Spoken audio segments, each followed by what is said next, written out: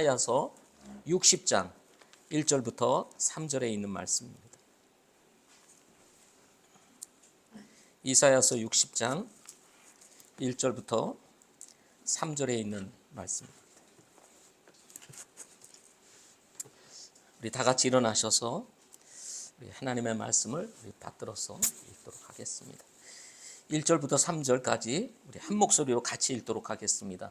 같이 읽겠습니다. 시작. 일어나라, 빛을 발하라. 내 빛이 이르렀고 주의 영광이 일어나 내 위에 임하였느니라. 보라, 어둠이 땅을 덮으며 짙은 어둠이 백성들을 덮으려니와 오직 주께서 일어나사 내 위에 임하시고 그분의 영광이 내 위에 나타나리니 이방인들이 내 빛으로 나아오며 왕들이 내 솟아나는 광채로 나아오리라. 아멘. 우리 말씀을 위해서 기도하겠습니다. 살아계신 아버지 하나님, 새해 첫 주일을 허락하여 주시고 저희들에게 또 새로운 기회를 열어주시니 감사합니다. 이제 뒤에 있는 것들은 잊어버리고 표대를 향해 주님의 그 부르심의 상을 위하여 앞으로 나아가는 우리 서귀포 지체들 다 될 수 있도록 축복하여 주시옵소서. 새해 드리는 이 귀한 예배를 시작으로 올해 12월 마지막 주일에 예배를 마치기까지 주님과 동행하는 삶이 되게 하여 주시옵시고 살아계신 하나님을 경험하는 삶이 지속적으로 이어질 수 있도록 축복하여 주시옵소서. 저희 서귀포 교회를 이곳에 세우신 주님의 목적이 있사오니 하나님, 저희 교회를 통해서 주님의 복음의 빛이 비춰지게 하여 주시고 영혼이 구원받고 주님께로 돌아오며 침례에 순종하는 기쁨이 있게 하시고 주님 몸된 교회가 세워지고 하나님의 왕국이 확장되어져 가는 놀라운 일들이 있도록 하나님 축복하여 주시옵소서. 이 아침에 모인 우리 사랑하는 성도들 주님 축복하여 주시고 여러 가지 사정으로 육지에 가 있는 분들도 하나님 지켜주셔서 어디에 있든지 주님의 영광을 드러내게 하시고 우리가 주님을 따르는 제자로서의 삶을 살아갈 수 있도록 축복하여 주옵소서. 주신 말씀을 주님께 의뢰하오며 우리 주 예수 그리스도의 이름으로 기도하옵나이다. 아멘. 오늘 말씀의 제목은 일어나 빛을 발하라는 제목으로 같이 말씀을 나누도록 이렇게 하겠습니다. 이제 새해 첫 주일입니다. 원래 시작이라고 하는 것은 기대감도 있지만 또 한편으로는 내가 또 잘 살 수 있을까 하는 염려도 있기 마련입니다. 기대와 동시에 두려움이 있는 것입니다. 그러나 지난 한 해의 우리의 실패가 새로운 해에 실패로 이어질 것을 기대하는 사람은 없을 것입니다. 새해를 시작하면서 우리 모두는 새로운 마음과 각오를 가지고 주님 앞에서 시작하기를 원할 것입니다. 또 새해라고 하는 개념은 하나님께서는 이제 지난 것들을 잊어버리고 이제 앞을 향해서 새롭게 시작하라고 우리에게 주시는 기회입니다. 따라서 2025년도 이 새해는 하나님께서 이 땅에 사는 모든 인류에게 주시는 하나님의 또 하나의 위대한 선물이라고 저는 생각을 합니다. 이 선물을 우리가 잘 받아서 우리가 이 25년도를 통해서 할 수 있는 기회들, 살 수 있는 기회들을 잘 사서 하나님께 영광이 될 뿐만 아니라 우리의 삶 각각이 정말 주의 복을 누리는 은혜가 있기를 소망합니다. 그래서 이 한 해를 시작하면서 이 새해 첫 주일 여러분 맞이할 수 있다는 거 감사하지 않으세요? 네, 그래서 오늘 우리가 감사의 마음을 담아서 주님 앞에 예배를 드리는 복된 시간 될 수 있기를 소망합니다. 대한민국 역사 중에서 지금처럼 밝은 세상에서 살아본 역사는 없다라는 생각을 가지게 됩니다. 정말 우리가 살고 있는 이 대한민국은 밤이 돼도 온 천지에 불을 밝히고 있어서 어디를 가든지 환합니다. 사람이 살지 않은 저 산중에 들어가면 모를까 사람이 사는 곳에는 늘 밝음이 있다는 것입니다. 저는 어린 시절 호롱불을 켜고 살던 그 어린 시절이 있었습니다. 호야라고 하죠. 심지가 올라와 가지고 거기다가 성냥불로 불을 켜가지고 밝히고 밤을 지냈던 그 아주 어린 시절이 생각이 납니다. 그러다가 이제 전구가 나와서 백열등 하나 켜고, 그것도 뭐예요? 하나 켜고 그 불빛 아래서 지냈던 때를 생각해 봅니다. 그런데 지금 우리가 드리고 있는 이 예배당에 이 빛이 얼마나 많습니까? 등이 얼마나 많아요. 옛날에는 요거 하나, 요거보다도 와트 수가 낮은 거 하나 켜고 거기에 모여서 밤을 보냈습니다. 그런데 지금 이 예배당 안에 등이 몇 개가 있어요. 참 밝은 세상에 우리가 살아가고 있습니다. 그런데 우리가 하나님의 말씀을 들여다보면 이 세상은 이렇게 밝은 것 같지만 영적으로는 그 어느 시대보다도 어두운 시대다 하는 것입니다. 요한복음 1장 5절 말씀을 보게 되면 예수님 당시 이 유대 사회를 두고 이스라엘 사회를 두고 하신 말씀이 기록되어 있습니다. 그 말씀을 보게 되면 그 빛이 어둠 속에 빛이 돼 어둠이 그것을 깨닫지 못했다라는 말씀이 있습니다.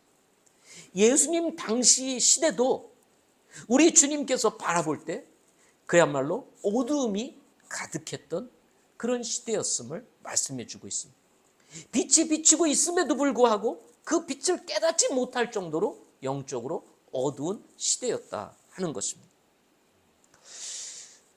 이런 시대를 밝히는 분이 누구죠? 바로 예수 그리스도이십니다. 성도들은 그 빛을 받아서 또 이 시대의 어둠을 밝히는 작은 빛들이라고 할 수가 있는 것입니다.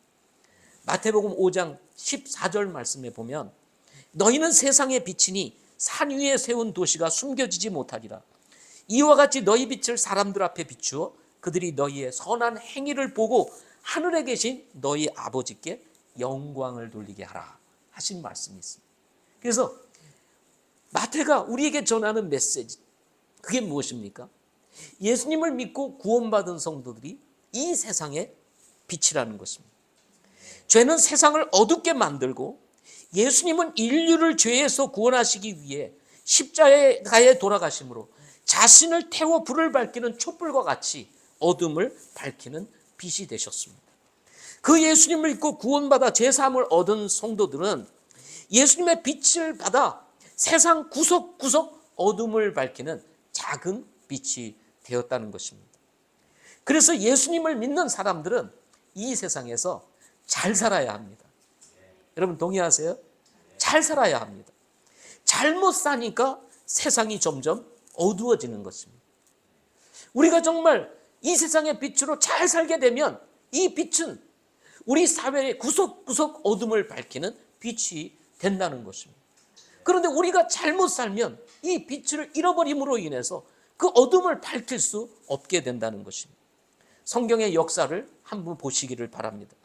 열방의 빛을 비추기 위해서 선택했던 이스라엘 백성들이 죄를 범하고 하나님을 떠나 우상을 섬기며 난리 부르스를 치다 보니까 나라가 망가지고 바벨론에 포로로 잡혀가는 불행한 역사가 시작되었음을 우리는 잘 알고 있습니다. 이사야서가 그것을 대변해 주고 있는 말씀이라고 할 수가 있는 것입니다. 지금 우리나라를 이렇게 바라보게 되면은 이 이스라엘 백성들, 이스라엘이 망가지기 전 그런 상황을 보는 것과 같은 그런 느낌을 받게 됩니다. 동성애가 만연을 하고 사건과 사고는 끊임없이 일어나고 정쟁으로 인해서 생업에 힘써야 할 백성들이 거리로 나오고 쌈박질을 하고 대통령도 탄핵이 되고 법치가 무너지고 그야말로 아수라장이 되어버리고 말았습니다. 참으로 가슴 아픈 일들이 지금 우리의 눈앞에서 펼쳐지고 있다는 것입니다. 그러면 왜 이런 일들이 일어나는가 하는 것입니다. 이스라엘의 역사를 보게 되면 하나님을 믿고 따라야 할 지도자들과 백성들이 타락을 하면 이런 일들이 벌어지게 된다는 것입니다. 어느 나라든 그 주권을 가지신 분은 하나님이십니다. 그냥 일어나는 것이 아니라는 것입니다. 여러 가지 정치적인 메커니즘이 있겠지만 하나님께서 허락하시지 아니하시면 일어나지 않는다는 것입니다.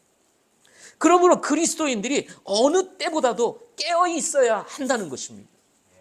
거리에 나가고 목소리를 내기 전에 우리가 하나님 앞에서 무엇을 잘못했는지 살펴보고 우리 자신을 정화시키고 그리스도인들의 그 본분을 회복하고 조용히 주님 앞에 나아가 이 나라를 위해, 우리 자신을 위해, 복음을 위해 교회를 세우시는 일에 우리가 힘써야 한다는 사실을 우리는 잊지 말아야 하는 것입니다.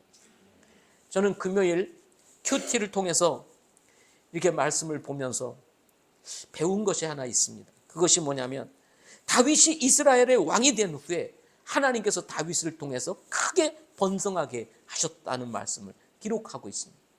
다윗이 왕이 되면서 이스라엘을 하나님께서 번성케 하셨습니다. 그런데 그 번성하게 됐던 이유를 딱 한마디로 소개를 하는데 그것이 뭐였습니까? 하나님께서 함께 하셨다는 것이었습니다. 다윗과 함께 하셨다는 거예요. 하나님께서 다윗과 함께 하시니 다윗의 그 왕국을 번성케 하시는 역사를 이루신다는 것입니다. 한 나라의 운명이 누구에게 있습니까? 하나님께 있습니다. 하나님께. 그것을 우리는 믿어야 되는 것입니다. 주권이 하나님께 있다는 것입니다. 그런데 그 하나님의 주권이 이 나라를 통해서 세워지고 그 세워짐으로 인해서 나라가 번성하기 위해서는 우리 예수 믿는 사람들 한 사람 한 사람, 하나님의 교회가 하나님의 말씀에 바르게 설 때 하나님께서는 이 나라를 축복하시고 지도자들을 축복하시고 백성들을 축복하시게 된다는 사실인 것입니다. 이런 상황에서 우리는 이제 새해를 맞이했습니다. 이때 하나님께서 우리 서귀포 교회에게 주시는 메시지는 과연 무엇일까요? 저는 오늘 말씀을 통해서 세 가지로 말씀을 드리고자 합니다. 첫째는 우리가 빛을 발하는 성도가 되자 하는 것입니다. 빛을 발하는 성도가 되자. 이스라엘 민족은 하나님을 믿지 않는 모든 민족들에게 하나님의 빛을 비추어야 하는 사명을 가진 백성이었습니다. 다른 말로 얘기하면 하나님을 알지 못하는 이방 세계에 하나님을 알리고 하나님을 믿도록 하는 사명을 가진 것이 바로 이스라엘 백성들이었습니다. 이것은 이스라엘 백성들을 하나님께서 선택하신 이유였습니다. 하나님은요, 이스라엘 백성들만 사랑하는 것이 아니라 모든 민족을 사랑하시는 하나님이라는 사실을 잊지 말아야 합니다. 우리는 자칫 하나님께서 이스라엘 백성만 사랑하는 줄 착각을 합니다. 아니에요. 하나님께서 이스라엘 백성을 선택하신 것은 이 민족을 사랑하셔서 이 민족으로 하여금 하나님을 알고 구원받도록 하기 위해서 이스라엘 백성들을 쓰시기 위해서 선택하셨을 뿐이라는 겁니다. 그런데 문제는 뭐냐면 이스라엘 백성들이 이걸 착각하고 하나님께서 자신들만 사랑하는 줄로 오해를 했다는 것입니다. 이런 착각이 교만으로 이어지면서 이방인들을 짐승같이 여기고 지나친 우월감으로 인해서 교만해지면서 하나님을 떠나 자기 마음대로 사는 죄를 범하게 된 것입니다. 이것으로 인해서 바벨론의 침략을 받게 되고 포로가 되어서 잡혀가는 이 불행한 역사를 가지게 되었던 것입니다. 그때에 이 이스라엘 백성들이 자기 마음대로 살게 됨으로 인해서 범했던 죄들이 뭡니까? 지금 똑같습니다. 이 동성애, 우상숭배, 탐욕, 도덕적 질서들 변질시키는 이런 일들, 하나님께서 세우신 원리들 다 망가지고 자기들 나름대로 인간이 추구하는 욕망을 쫓아서 살아가는 그런 일들이 벌어지게 된 것입니다. 그러니 하나님께서 이스라엘을 어떻게 해요? 망하게 만든 겁니다. 정신 차리라고. 그런데요, 이렇게 지금 이스라엘 백성들이 망가져가지고 포로로 잡혀가 있는 이 상황 속에서 하나님이 대언자 이사야를 통해서 이스라엘 백성들을 향해서 주시는 메시지가 오늘 말씀인 것입니다. 그런데 그 말씀을 통해서 대언자 이사야를 통해서 주신 말씀이 뭐였습니까? 일어나 빛을 발하라 하는 것입니다. 여러분 저를 따라서 한번 해보시기 바랍니다. 일어나 빛을 발하라. 일어나 빛을 발하라.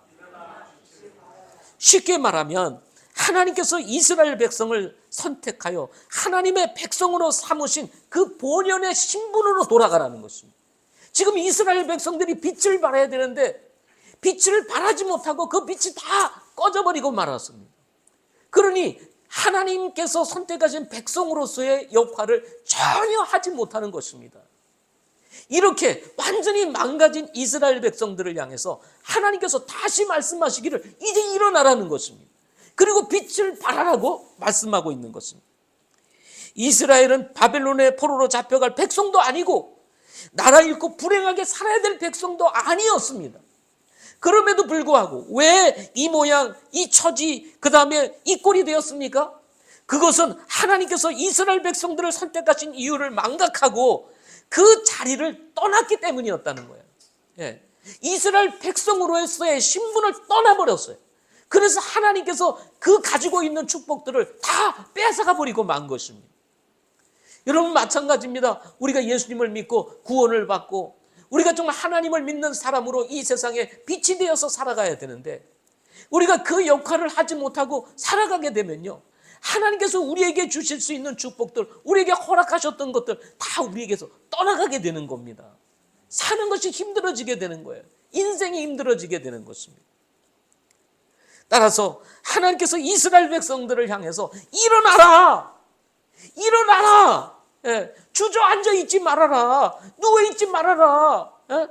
너희들이 그렇게 무능력한 자들이냐? 아니라는 것입니다. 너희들이 누구냐? 내가 선택할 하나님의 백성들이 아니냐? 그런데 왜 너희들이 그렇게 빛을 잃고 그렇게 살아가느냐? 무기력하게 포로가 되어서 불행하게 살아가느냐? 아니다. 이제 다시 일어나라 하고 지금 하나님께서 이스라엘 백성들을 향해서 대언자 이사야를 통해서 도전을 하고 있는 것입니다.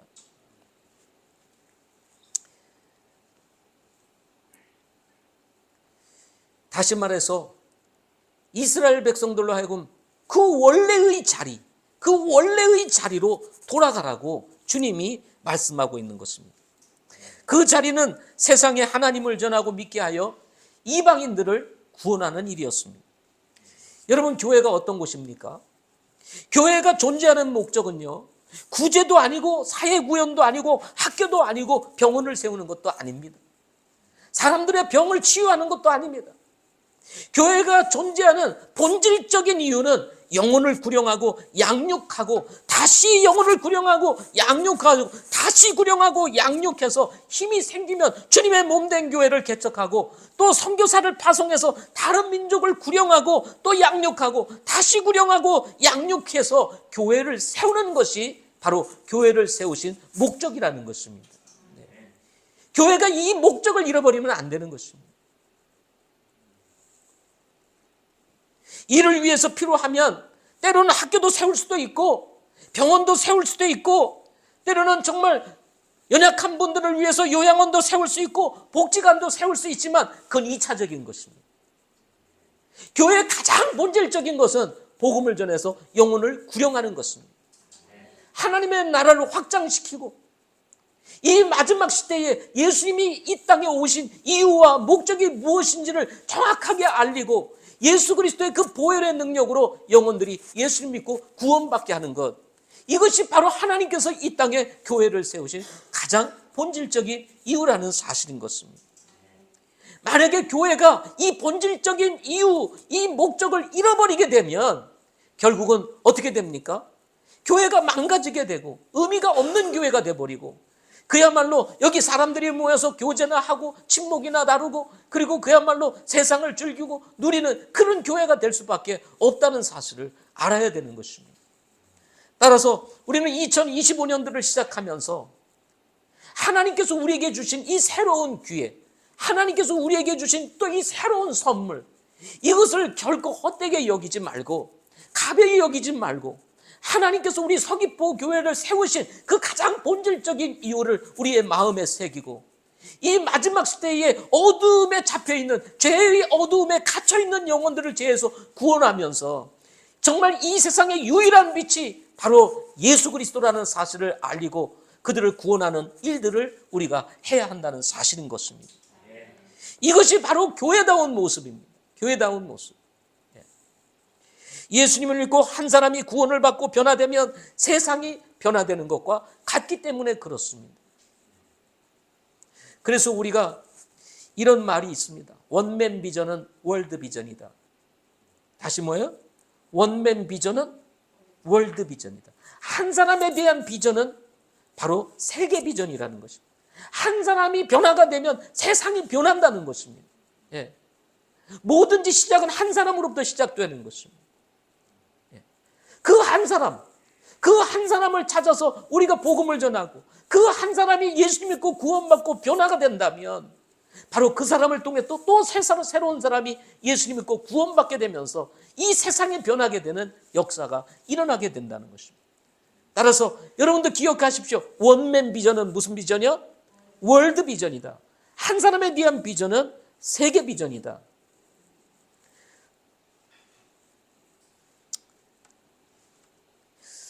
제가 섬기던 교회에 한 부부가 저희 교회를 출석을 하게 되었습니다.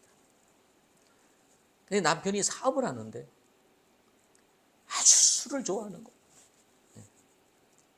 교회는 나와요. 술을 못 끊는 겁니다. 근데다가 술을 한번 입에 대면 아주 그냥 끝까지 입에 대는 거예요. 쉽게 말하면 거리에 쓰러져 잘 정도로 먹는 거예요. 그러니까 집에도 못 들어와. 근데 또 이 세상은 그런 사람들을 이용해 가지고 어떻게 하죠? 술을 진탕 먹이고 카드를 막 긁는 거예요. 막 긁는 거예요. 그래가지고 카드가 이제 날라올 거 아닙니까? 카드 이제 긁은 것이 이제 날라올 거 아닙니까? 그러면 한 번 긁었는데 막 200만 원, 300만 원 막 긁혀가지고 날라오는 겁니다. 그러니 부인이 어떻게 되겠어요? 예? 미치고 발작 뛸 일이죠. 예? 그래가지고 분명히 이분들이 교회는 나오고 예수님을 믿는데 이러다 보니 서로 갈등이 있어서 사니 마니 막 이러면서 이제는 극단으로 치우치면 저한테 전화를 해요. 목사님 하면서 저한테 막 뭐라고 그래요. 아내가 이런데 내가 살려는 겁니까? 나보러 어쩌라는 거예요 목사님 막 이러면서 나한테 화를 내. 부부분들 나한테 막 원망을 쏟아내고 막 그래요. 그러면 알았다고 내가 이제 쫓아갑니다. 쫓아가면은 이제 여기서 술 먹고 완전히 그 있고 아내는 열받아서 이제 막 집 나가고 그러니까 애들은 어리고 그러니까 남편이 이제 이 또 남자들의 또 특징이 뭐냐면 그렇게 술을 먹고 그래도 또 아침이 되면 깨워서 어떻게 해요? 일을 가거든 일을. 근데 일을 가야 되는데 애들이 있으니까 갈 수가 없는 거야 얘네들이. 그러니까 어떻게 하겠어요? 아 목사님 좀 도와주세요. 그리고는 또 맡기고 또 일을 가고. 그런데 그런 일들이 여러 차례 반복되는 과정에서 드디어 하나님께서 이 친구에게 역사하심으로 인생이 바뀌게 되었습니다. 술을 끊게 됩니다. 거의 중독 수준인데 술을 끊게 됩니다. 그러니까 자연스럽게 가정은 어떻게 되죠? 회복이 되는 거죠. 회복이 되는 거예요. 회복이 되는 거예요. 그 친구가 어떤 친구냐면 저 샤시를 하는 친구입니다. 이거 해주신 분은 아니에요. 이거 해주신 분은 아니에요. 네. 이제 우리 여름에 한번 기회가 있어서 만약에 이제 우리 신평리 마을 주민들 봉사활동을 하고 집수리라든지 이런 거 할 때 제가 부르려고 합니다. 네. 한번 그 인물이 어떤 인물인지 나중에 한번 보시기를 바랍니다. 인생 가운데서 그야말로 부부가 완전히 깨어질 상황 속에서 주님의 은혜로 슬 끊고 변화가 되어서 지금은 아주 안정된 가정생활을 이루고 있습니다. 예수님 안에 변화가 있는 거예요. 한 영혼이 예수님 믿고 구원받고 이렇게 변화될 수 있다면 여러분 얼마나 놀라운 축복입니까? 네. 우리 얼마 전에 저희 교회에서 한 분이 간증을 했습니다. 간증을 했는데 정말 본인도 이 술 때문에 인생이 거의 망가질 직전에 그야말로 가족들도 힘들고 다 힘들어할 쯤에 마지막에 내가 이렇게 살아서는 안 되겠구나.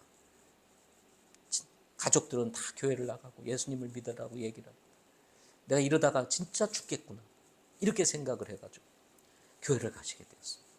그렇게 교회 가자고 얘기할 때는 안 가시다가 이제 마지막 끝무렵에 여기 정말 이러다가 내가 죽겠구나 싶어가지고 교회를 갔어요. 그리고 몇 주 참석하시다가 예수님을 구주로 주님으로 영접하고 구원을 받았어요. 네. 그리고는 침례를 받기에 앞서서 간증을 했는데요. 그동안 살아왔던 이야기들을 쫙 골프도 치고 하고 싶은 거 다 했었다는 거죠. 네. 근데 예수님을 믿고 구원받은 이것이 훨씬 더 기쁜 거예요. 네. 그러면서 나이도 많으신데 하나님 앞에 찬양을 드리겠다고 나오셔서 찬양을 하는데 너무 찬양을 잘하는 거예요. 노래방에서 하도 많이 했는지 몰라도 찬양을 너무 잘하시는 거예요. 그것도 이제 외국 생활도 하시고 그래가지고 외국어도 잘하세요. 그래서 영어로 한 절, 한글로 한 절 이렇게 하면서 찬양을 하는데 얼마나 은혜가 되는지. 한 사람의 변화로 인해서 가정이 회복이 되고 한 사람의 인생이 회복이 되고 가정이 회복이 되고 그리고 그분을 아는 모든 성도들에게 축복이 되고 기쁨을 주는 역사가 일어나게 된 것입니다. 이게 복음의 능력입니다. 이게 복음의 능력.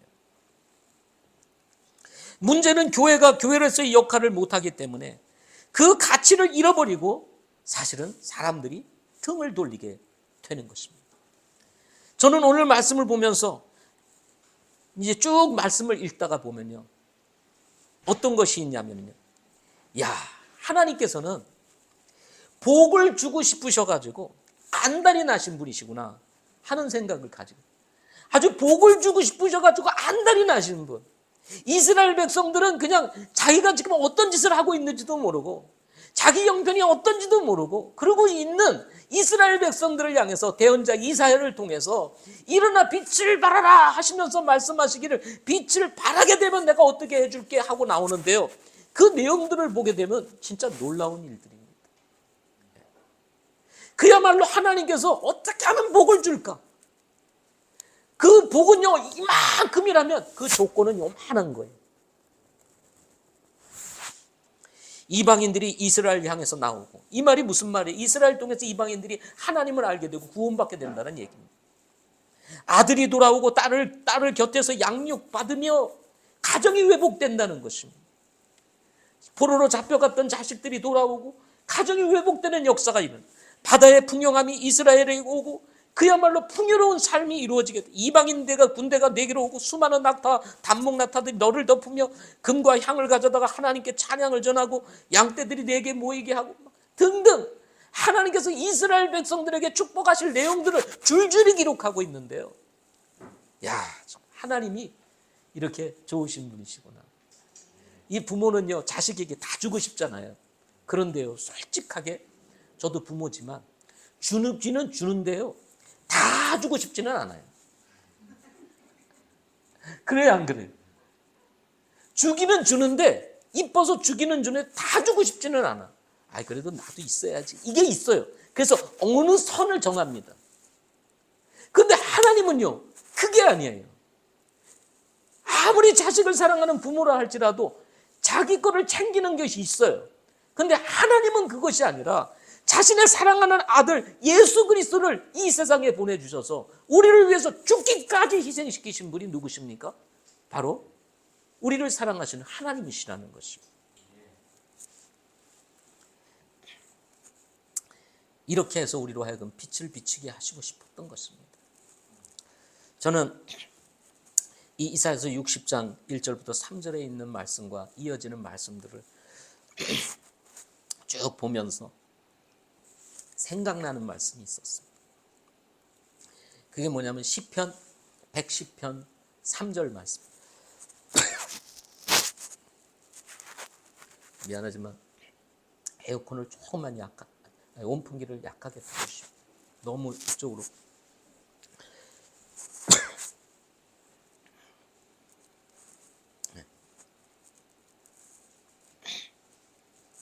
시편 110편 3절 말씀인데요.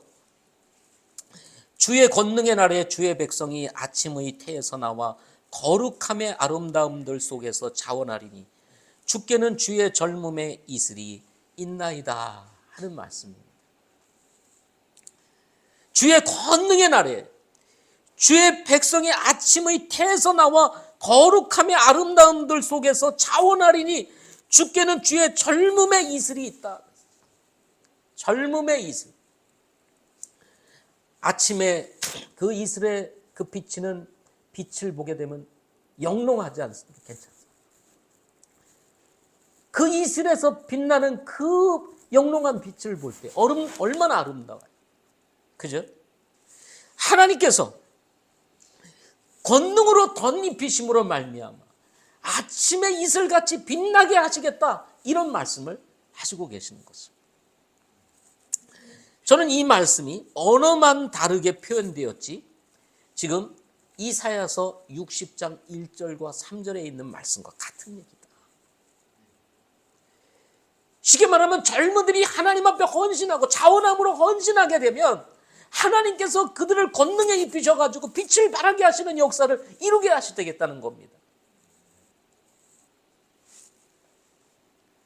누군가 거룩함의 아름다움을 가지고 자원하게 되면 이런 역사를 하나님께서 일으키시겠다고 말씀을 하고 있는 것입니다. 앞에서도 말씀을 드렸던 것처럼 하나님께서 이스라엘을 사랑하셔서 몸살이 나신 분 같지 않으세요? 이렇게 하나님은 이스라엘을 사랑하시고 쓰시고 싶은 거예요. 그들을 다시 회복시켜서 어둠에 갇혀있는 이방인들을 주님께로 나오게 하고 하나님을 알리게 하고 이 세상을 변화시키고 싶은 하나님의 마음이 바로 이 이사야서 60장 1절부터 3절에 나와 있는 것입니다. 지금은 시대가 바뀌어서 신약 시대가 되었습니다. 신약 시대에서는 하나님께서 교회를 쓰시고 거듭난 성도들을 쓰십니다. 원리는 똑같습니다. 혼란스럽고 어두운 세상, 누가 일어나 빛을 발할 수 있겠습니까? 지금 세상은 그리스도의 빛, 복음의 빛, 생명의 빛이 필요한 거예요. 우리나라가 이렇게 정말 질서적으로 어지럽고 힘든 시기에 우리가 놓여 있습니다. 그러나 여러분, 우리가 기독교적 세계관, 말씀의 세계관, 그리고 정말 성경의 말씀의 세계관을 가지고 들여다보면 이 시대에 진정으로 필요한 것은 목소리를 높여서 싸우는 사람들이 아니라 바로 그리스도의 빛을 비추는 사람이 필요하다는 것입니다. 예수님이 없어서 싸우고 예수님이 없어서 혼란스러운 것입니다. 진짜 예수님을 믿는 나라가 되면 이런 일은 없습니다. 이사야서 59장 16절 17절 말씀에 보면 이런 말씀이 있습니다. 여러분 꼭 기억하십시오. 이사야 59장 16절 17절 말씀은 정말 중요한 말씀입니다. 그분께서 사람이 없음을 보시고 중보자가 없음을 이상히 여기셨느니라. 그러므로 그분의 팔이 그분에게 구원을 가져왔고 그분의 의가 그분을 지탱하였나이다.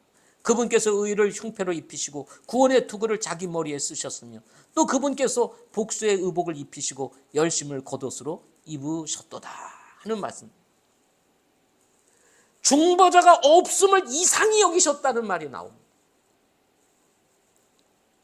이 중보자 한 사람, 이 중보자 한 사람이 없음으로 인해서 흥망성쇠가 이루어지게 되는 일들이 있을 수 있다는 것입니다. 어둠 속에 있는 사람과 하나님 사이에서 중간 역할을 해서 연결시켜 줄 수 있는 이 중보자 한 사람, 이 한 사람이 없음으로 인해서 나라가 망할 수 있다는 사실을 말씀해 주고 있는 거예요.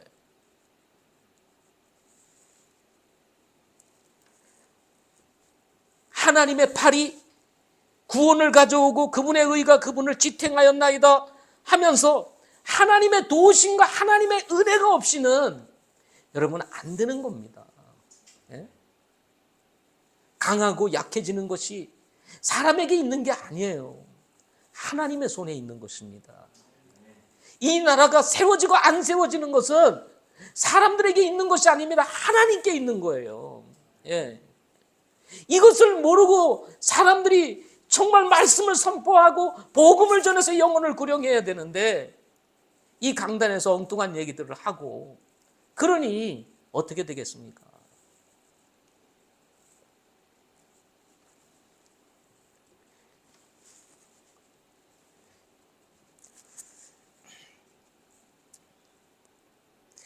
영적인 시각을 가지고 세상을 바라보면 지금 이 시대는 일론 머스크 같은 사람이 필요한 것이 아니라 복음의 빛을 밝히는 사람이 필요하다는 사실을 우리는 기억해야 합니다. 지금 한국 교회는 수세에 몰려 있습니다. 비판적인 여론과 의롭지 못한 기독교인들로 인해서 기독교의 이미지는 이미 땅에 떨어진 지 오래입니다. 더 이상 기대할 것이 없는 것처럼 보이고 교인들조차도 하나님을 더 이상 바라보지 않는 것 같고 고난을 감수하며 신앙생활을 하는 사람 찾아보기가 쉽지 않은 시대에 우리가 살아가고 있습니다. 이렇게 기독교 세계가 수세에 몰려있는 상황에서 하나님께서 이 사회를 통해서 우리에게 주시는 메시지, 그것이 무엇입니까? 일어나 빛을 발하라는 것입니다. 비록 우리는 소수입니다. 그렇지만 우리가 일어나서 빛을 바르게 발하고 이 마지막 시대에 우리가 복음을 선포하고 잃어버린 영혼들을 구원하게 된다면 하나님은 우리가 살고 있는 이 지역사회뿐만 아니라 우리를 통해서 영향을 미친 곳에 놀라운 빛으로 함께 하심으로 어둠이 물러가고 삶이 바뀌고 세상이 변하는 역사를 일으킬 것이라고 저는 믿습니다. 두 번째로는 영혼이 하나님께로 돌아오는 것을 경험하는 성도가 되자 하는 것입니다. 영혼이 하나님께로 돌아오는 것을 보는 경험하는 성도가 되자. 3절을 보세요. 3절 말씀 한 번 더 같이 읽겠습니다. 같이 읽겠습니다. 시작. 이방인들이 내 빛으로 나오며 왕들이 내 솟아나는 광채로 나오리라. 일어나 빛을 발하게 되면 이방인들이 하나님께로 돌아오고 왕들이 돌아오겠다는 거예요. 빛을 발하게 되면 다른 말로 얘기하면 하나님이 다스리는 세상으로 바뀌게 된다는 것입니다. 마태복음 28장 19절 20절 여러분 잘 아시잖아요. 그러므로 너희는 가서 모든 민족들을 가르치고 아버지와 아들과 성령의 이름으로 그들에게 침례를 주며 무엇이든지 내가 너희에게 명령한 모든 것을 그들에게 가르쳐 지키게 하라. 보라, 내가 세상의 끝까지 항상 너희와 함께 있으리라. 이 말씀이나 이사야서 지금 60장 3절 말씀이나 같은 말씀입니다. 구약과는 달리 지금은 예수님을 믿지 않는 사람들이 이방인들입니다. 하나님은 예수님을 믿지 않는 사람들이 구원을 받고 하나님께 돌아오기를 원하는 것입니다. 이것이 하나님께서 이 교회를 세우고 당시 이스라엘을 세운 것은 이방인들이 하나님께로 나오는 것을 보기 원해서 하나님께서 이스라엘 백성들을 세웠다는 것입니다. 하나님은 예수님을 믿지 않는 사람들이 구원을 받고 하나님께 나오기를 간절히 바라시는 분이십니다. 이유가 뭘까요? 이유가 뭘까요? 그것은 하나님께서 모든 사람을 사랑하시기 때문에 그렇습니다. 우리는요, 하나님의 형상대로 지음을 받은 하나님 사이즈의 가치를 지닌 존재들입니다. 이 세상에서 유일하게 하나님의 형상대로 지음을 받은 사람, 존재, 누굴까요? 사람입니다. 사람. 그래서 하나님이 우리를 사랑하는 거예요. 부모가 자녀를 사랑하는 것 이상입니다. 이상. 3절, 4절 한 번 더 읽어보겠습니다. 3절, 4절 한 번 더 읽어보겠습니다. 시작. 이방인들의 내 빛으로 나오며 왕들이 내 솟아나는 광채로 나오리라. 내 눈을 들어 사방을 보라. 그들이 다 함께 모여 내게로 오느니라. 내 아들들은 멀리서 오며 내 딸들은 내 곁에서 양육을 받으리라. 흩어진 이스라엘 백성들, 포로가 되어서 가족도 찢어지고 다 찢어졌어. 그런데 그게 다 돌아온다는 거예요. 회복이 일어나겠다. 이 말씀을 하고 있는 것입니다. 저는 이 말씀을 딱 읽으면서 생각나는 말씀이 있었어요. 갑자기 제 마음에 떠오르는 말씀. 여러분도 아마 떠오를 수도 있겠습니다. 그게 뭐냐면 사도행전 16장 31절 말씀. 그들이 이르되 주 예수 그리스도를 믿으라. 그리하면 너와 내 집이 구원을 받으리라. 이 말씀이나 아들이 돌아오고 딸들이 양육을 받는다는 말씀과 뭐가 달라요? 그렇죠? 아무리 사랑하는 자녀를 할지라도 예수님을 믿고 구원받지 않으면 그것처럼 안타까운 일이 어디 있습니까? 쉽게 말하면 저기 이산 가족만이 이산 가족이 아니에요. 이북에서 여기 흩어져 가지고 모든 이런 그래 떨어져 지내야 되는 사람들만의 이산 가족이 아니고 영적인 이산 가족들이 너무 많은 겁니다. 영적인 이산 가족.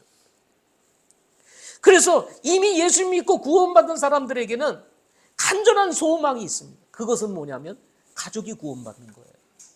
아멘. 가족이 구원받는 거예요.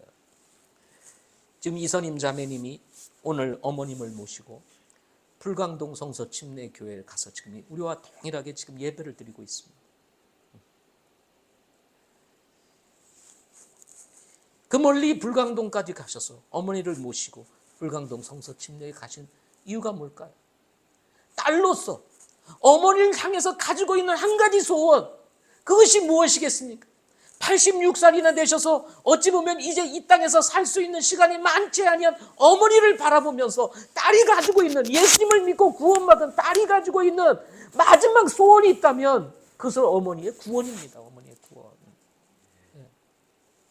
이것이 가장 큰 소원이라는 거죠. 어찌하면 이 어머니를 구원할 수 있을까? 그래서 오늘 불광동 성서 침례교회에 갔습니다. 제가 불광동 성서 침례교회 목사님, 부목사님, 우리 김관준 목사님 통화를 하고, 또 거기에 젊은 목사님이 계신데 그 부목사님보다 조금 젊지만 나이는 거의 60대가 된 목사님이 오상률 목사님하고 통화를 하고, 새롭게 담임 목사님이 된 김상완 목사님하고도 제가 통화를 했어요. 저도 어떻게 하면 이 어머니가 예수님을 믿고 구원받을 수 있도록 도울 수 있을지를 생각하면서 도움을 구하고 잘 좀 부탁을 드린다. 아직 구원받지 못하신 분이시다.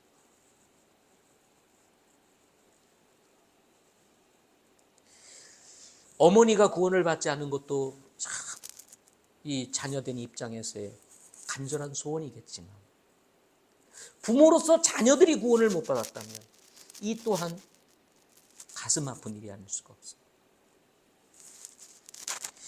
문제는 뭐냐면 이 자녀들 또한 내 마음대로 하기가 어렵다는 거예요. 예. 따라서 정말 자녀들이 예수님을 믿고 구원받고 변화가 되어야 그것이 진정한 가정의 회복이라고 할 수가 있는 것입니다. 구원받지 않고 잃어버린 영혼이 된다면 불행 중에 불행이기 때문인 것입니다. 지난 한 해 예배를 드리기 시작해서 한 명으로 시작을 해서 6명이 예수님을 믿고 구원을 받았습니다. 그리고 4명이 저희와 함께 지금 예배를 드리고 있습니다. 한 분은 세종에 있는 대평성서 침례교회 출석을 하기 시작을 하셨습니다. 이혼 형제 어머님. 그동안 교회를 그렇게 가시자고 하셔도 안 다니시다가 이제는 자발적으로 대전에서 세종까지 그 먼 거리를 차를 타고 다니면서 지금 신앙생활을 잘 하신다고 하더라고요. 그러다가 졸지 아니하시고 졸지 아니하시고 앉아서 말씀을 그렇게 잘 받으신다고 복용자매 문자를 보내왔어요. 함께 예수님을 믿고 함께 예배를 드리는 그 모습을 볼 때 얼마나 기쁘겠습니까? 올해는 육지에 가신 분들이 오늘 여러분이 되어서 이 첫 주 예배에 여러분들이 참석을 좀 못하셨습니다. 25년도 성도의 숫자는 이제 달라질 거라고 생각을 합니다. 작년에는 한 명으로 시작을 했습니다. 한 명으로 시작해서 지금 우리가 이렇게 되었습니다.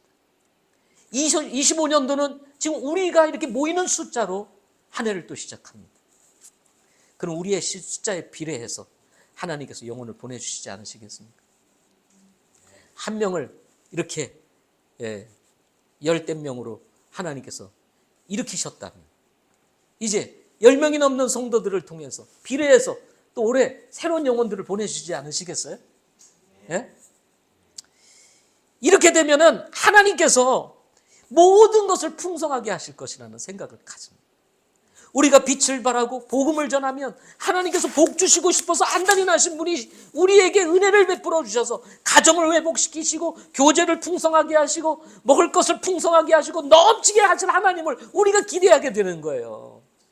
아멘. 예. 예배는 더 역동적이게 될 것이고 우리의 교제는 더 풍성해지게 될 것이라고 저는 믿습니다. 하나님께서 더 강력하게 일하시는 것을 보게 될 것이고 신평리 주민들 또한 주목하게 될 것이며 예수님을 믿는 분들이 생겨나게 될 것이라고 저는 믿는 것입니다. 4절과 8절에 있는 말씀을 앞에서도 제가 이 말씀을 드렸지만 한 번 더 말씀드립니다. 바다의 풍요함이 돌이켜서 내게로 오며 이방인들의 군대가 내게로 올 것이며 5절 수많은 낙타와 미디안의 예바의 단복 낙타들이 너를 덮으며 세바에서 오고 금과 향을 가져다가 주의 찬양을 전하리라 하는 말씀을 하면서 수많은 낙타와 미디안과 에바와 단복 낙타들이 이 이스라엘을 덮는다고 그랬어요. 무슨 말이에요? 상업이 발달을 한다는 거예요. 예. 그야말로 물질을 하나님 축복해 주신다는 겁니다. 금과 향을 가져다가 주님을 찬양을 전하게 되는 일들도 벌어지고요. 게달의 양떼와 내게를 함께 모이고 느바에서 순양이 너를 섬기고 그것들이 내 제단에 오르며 하면서 최상품의 제물들이 하나님의 성전에서 드려짐으로 하나님께 영광을 올려드리게 되는 이런 역사들이 일어나게 되고 구름같이 날아오면 비둘기가 자기 창모로 날아가는 것 같이 날아오는 이 자들이 도대체 누구냐 하면서 하는 말씀하시면서 하나님께서 이스라엘 백성들을 얼마나 축복하시는지를 말씀하고 있는 내용이 쫙 기록하고 있는 것입니다. 어떻게 하면요? 어떻게 하면? 일어나 빛을 발하면.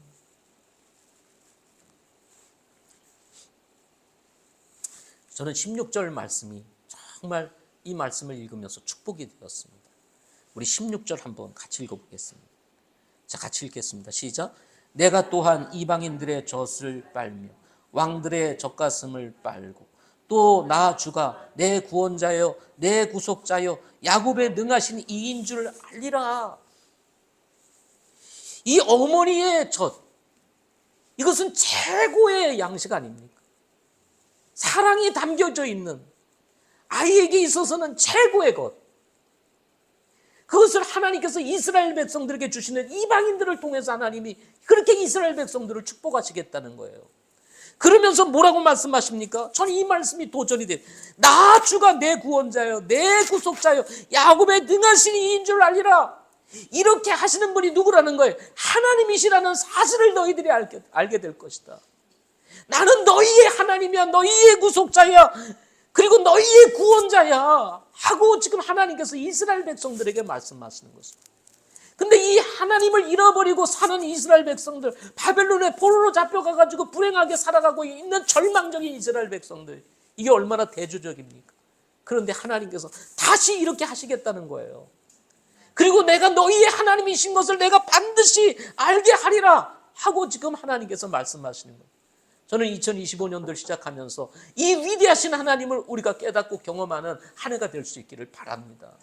우리가 빛을 발함으로 영혼이 구원받고 우리가 알지 못하는 사람들이 교회로 돌아오고 그리고 이들이 변화되어서 정말 주님을 신실하게 섬기고 그리고 여기서 이루어지는 아름다운 예배와 그리고 이 풍성한 교제를 통해서 하나님께 영광을 돌리는 이런 역사들이 일어나게 될 때에 하나님은 정말 우리의 하나님이고 살아계신 하나님이고 지금도 역사하시는 하나님이시라는 사실을 우리가 알게 될 거라고 믿는 것입니다. 이 하나님을 경험하는 우리 서귀포 성도들이 되자 하는 것입니다. 저는 이 말씀을 읽으면서 주마등같이 식사하는 말씀들이 있었습니다. 수고하고 무거운 짐진 모든 자들아 너희는 내게로 오라 내가 너희를 쉬게 하리라. 이 안식이 필요한 사람들이 우리 주변에 얼마나 많습니까? 안식은 세상에 있는 것이 아닙니다. 하나님께 있는 것입니다. 누구든지 내가 줄 물을 마시는 자는 결코 목마르지 아니하리니 내가 줄 물은 그 사람 속에서 솟아나는 우물이 되어 영존하는 생명에 이르게 하느니라. 경제가 나아지고 뭐 한다고 해가지고 여러분 우리의 이 목마름이 해소되는 것이 아닙니다. 물질이 풍부해진다고 해가지고 이 영혼의 목마름이 해소되는 것이 아닙니다. 이거는 다 일시적인 거예요. 진짜 우리가 해결해야 될 것은 이 영적인 목마름이에요. 이것을 예수님을 통해서 하나님을 통해서 해결할 때 진정한 평화와 기쁨과 축복이 있게 되는 것입니다. 진실로 진실로 내가 너희에게 이루는 내 말을 듣고 또 나 보내신 믿는 자는 영존하는 생명이 있고 또 정죄에 이르지 아니하니 사망에서 생명으로 옮겼느니라. 생명으로 옮기는 축복, 사망에서 생명으로 옮기니 이것이 자유 아니겠습니까? 이게 자유예요. 이게 자유. 죄로부터의 자유, 죽음으로부터의 자유, 이것이 바로 진정한 자유인 것입니다. 이스라엘 민족 위에 빛으로 임하셨던 하나님께서 그 빛으로 이 세상에 오셨습니다. 그분 안에 생명이 있었으며 그 생명은 사람들의 빛이더라. 요한복음 1장 4절에서 앞에서 읽었던 것처럼. 그리고는 3장 16절에 그분께서 이 세상에 오신 이유를 다음과 같이 소개합니다. 하나님께서 세상을 이처럼 사랑하사 자신의 독생자를 주셨으니 이것은 누구든지 그를 믿는 자는 멸망하지 않고 영존하는 생명을 얻게 하려 함이라. 이것이 예수님이 이 땅에 오신 목적인 것입니다. 우리는 그분을 믿고 예수님 믿고 구원을 받았습니다. 우리가 25년도 저는 우리를 구원해 주신 것처럼 또 누군가를 구원하시는 그 하나님의 놀라운 역사를 경험하며 우리 하나님께 영광을 올려드리는 그런 축복이 우리에게 있기를 원하는 것입니다. 마지막으로 높이시는 하나님을 경험하는 성도가 되자. 우리를 높이시는, 빛을 발하는 사람들을 높이실 하나님을 경험하는 성도가 되자. 11절부터 22절까지 내용의 말씀인데요. 앞에서 제가 16절 말씀을 여러분과 같이 함께 읽었습니다. 나 주가 내 구원자여 내 구속자여 야곱의 능하신 이인 줄 알리라고 말씀하십니다. 이 말씀은 하나님께서 이스라엘 백성들을 확실하게 책임지겠다고 하는 말씀이기도 합니다. 내가 누구인지를 아니, 내가 너희들을 책임질 자야 하고 지금 하나님께서 이스라엘 백성들에게 말씀합니다. 날 믿어. 너희가 일어나 빛을 발하게 되면 내가 너희에게 이런 축복을 주실 거야 하고 지금 하나님께서 이스라엘 백성들에게 말씀해 주는 것입니다. 여러분, 우리를 책임져 주는 건 남편도 아닙니다. 아내도 아닙니다. 자녀도 아닙니다. 여러분, 하나님이십니다. 이거를 아셔야 돼요. 네.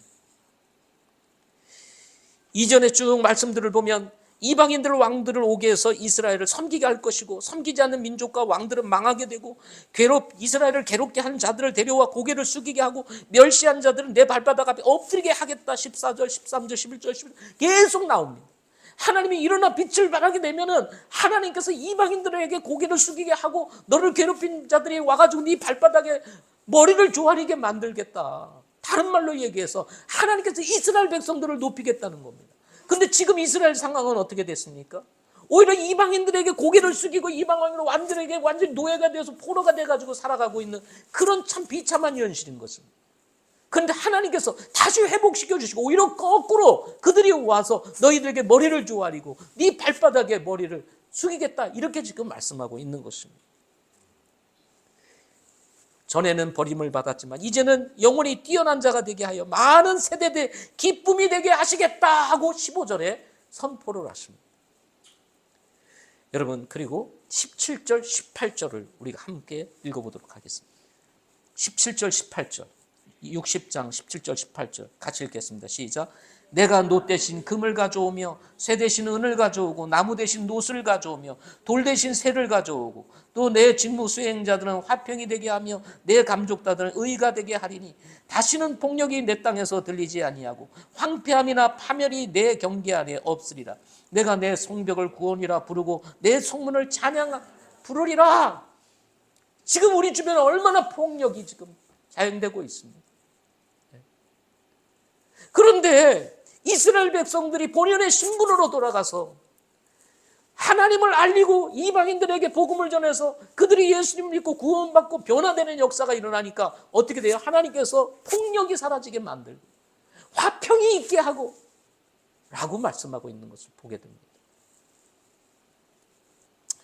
저는 이런 축복이 우리들에게 있기를 소망합니다. 예. 따라서 우리의 신앙의 본분, 그리스도인의 본분을 우리가 되새기고 다시 회복해야 한다 하는 것입니다. 뿐만 아니라 여기 보니까 노 대신 금을 가져오며 뭐 이렇게 쭉 얘기하잖아요. 그죠? 하나님께서 여러분 경제 문제도 이렇게 풍성하게 하실 것이다. 우리가 바르게 하나님을 믿고 하나님을 바르게 섬기면 하나님께서 이렇게 우리를 축복해 주시겠다고 하는 말씀을 우리에게 주시는 것입니다. 제가 앞에서 서두에 말씀드렸습니다. 새해를 시작하면서 우리 예수 믿는 사람들이 이 땅에서 잘 살아야 합니다. 아멘? 잘 살아야 돼요. 예. 물질적으로도 넉넉하고 사람들에게 베풀 줄 알고 그리고 베풀 수 있어야 하고 그런데 우리가 가난해가지고 아무것도 할 수가 없어. 그러면 이 세상 사람들이 뭘 보겠습니까? 그런데 하나님이 우리를 축복하셔가지고 무엇인가 베풀 수 있는 환경과 상황들이 된다면 정말 예수님 믿으니까 참 이렇게 되는구나 하고 말씀하면서 오히려 예수 믿는 역사들이 일어나지 않겠습니까? 동페리가 그랬대요. 동페리가 우리 목사님이 사역하던 그 동페리 지역이 정말 못 살던 사람이 예수님을 믿고 나중에 잘 살고 옛날에 잘 살고 떵떵거리던 분들이 예수님을 안 믿다가 좀 어려워지고 이런 걸 보면서 예수님을 믿으니까 이렇게 잘 되는구나. 그래서 사람들이 교회에 나오기 시작하고 교회가 세워지게 되는 역사가 일어나게 됐다고 합니다. 저는 이런 일이 일어나야 된다고 믿습니다. 이 제주 땅에서 비록 우리가 소수지만 우리의 소수들이 잘 되는 걸 보면서 하나님이 우리를 축복하시고 우리를 높이는 걸 보면서 예수님을 믿으니 하나님께서 저렇게 높이시는구나. 그것을 우리 심평리가 보고 이 주변들이 보면서 하나님께로 돌아오는 이런 놀라운 역사가 우리 2025년도에 있기를 소망합니다. 새해 첫 주일입니다. 한 해를 시작하면서 새해를 주신 하나님께 감사를 드리고 우리는 자신을 하나님께 맡기는 그런 시간이 되었으면 좋겠습니다. 오늘 말씀을 붙잡고 우리가 이렇게 한번 살기로 결단하고 헌신하면서 하나님이 올해 우리를 통해서 어떤 일을 하실지를 기대하면서 주님과 함께 동행하는 저와 여러분들이 되실 수 있기를 소망합니다. 2025년도 이 위대하신 하나님을 경험하고 복을 누리는 우리 서귀포 지체들 되실 수 있기를 바랍니다. 기도하겠습니다.